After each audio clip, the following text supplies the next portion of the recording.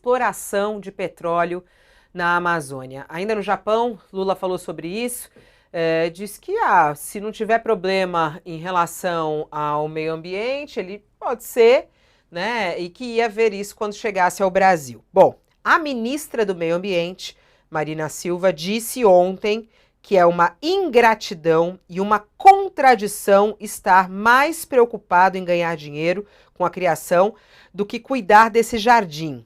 Foi uma referência ao planeta e à natureza. Essa afirmação foi feita em meio a essa disputa que está acontecendo dessa ala ambiental, ou seja, o Ministério do Meio Ambiente, e o Ministério de Minas e Energia, para estudos sobre a exploração de petróleo na foz do rio Amazonas. O presidente Lula já afirmou que não vê, pelo menos por enquanto, um efeito negativo sobre a Amazônia com essa iniciativa, mas que vai decidir isso ouvindo todos os lados.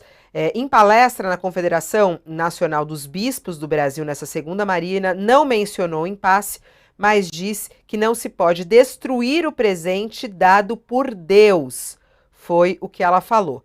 Já o ministro de Minas e Energia, Alexandre Silveira, defende que a empresa não desista da ação.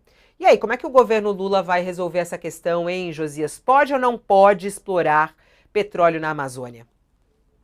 Fabíola, o Gabinete Civil da Presidência da República, o ministro Rui Costa, encomendou ao ministro de Minas e Energia, o Alexandre Silveira, um texto para rebater o documento no qual o IBAMA negou à Petrobras licença para enfiar ali as suas sondas em águas equatoriais a 530 quilômetros da foz do Amazonas.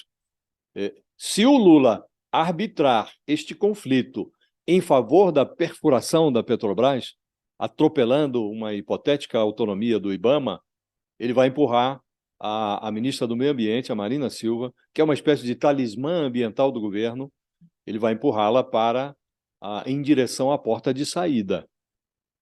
É esse o cenário que nós estamos observando hoje. No encontro do G7, lá em Hiroshima, o Lula se deu conta de que a única pessoa que está interessada na sua proposta de paz entre ucranianos e russos é ele mesmo. E nesse tema da Ucrânia, os líderes das grandes potências, eles praticamente desligaram o Lula da tomada. O Zelensky esnobou o Lula. De volta a Brasília, o Lula percebe, ou vai perceber, uma outra obviedade. O cessar-fogo, que é prioritário para ele hoje, para o governo dele, o cessar-fogo que interessa está na Amazônia, não na Ucrânia. E aí, num prenúncio do que está por vir, o embate entre as pastas do meio ambiente e de Minas e Energia, em torno dessa exploração de petróleo ali na região da foz do Amazonas, ganhou áreas de guerra santa. Como você mencionou, a Marina Silva esteve um dia depois do Lula ter admitido lá no Japão que pode rever o veto do IBAMA às perfurações de pesquisa da Petrobras. A evangélica Marina Silva foi a um evento da CNBB e, nesse evento, ela tratou o meio ambiente como um presente do Criador. E aí, embora eu não tenha mencionado o Lula, ela disse lá, se a gente pega o presente e destrói, nossa, que ingratidão. Então, a Marina está já sinalizando para que lado ela vai. Ironicamente, Fabíola, há no miolo dessa encrenca as digitais do Bolsonaro, que foi no governo do Bolsonaro que a Petrobras enviou os equipamentos lá para a foz do Amazonas, sem consultar a IBAMA, que o Bolsonaro não tinha preocupação ambiental nenhuma. Agora, a Petrobras alega que, se ela tira de lá todo o equipamento que ela enviou, sem fazer a prospecção que desejava, que planejou, ela vai ter prejuízos. Então, seria, no mínimo, para dizer o mínimo, seria inusitado se o Lula agora rasurasse a sua agenda verde para preservar parte do legado do Bolsonaro. Então, a eventual conversão prematura da Marina em ex-ministra daria ao governo uma opositora de monstruário.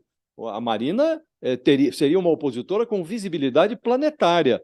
A boa notícia, Fabíola, nesse caso, é que o armistício na Amazônia não depende do Zelensky, do Vladimir Putin, só depende do Lula.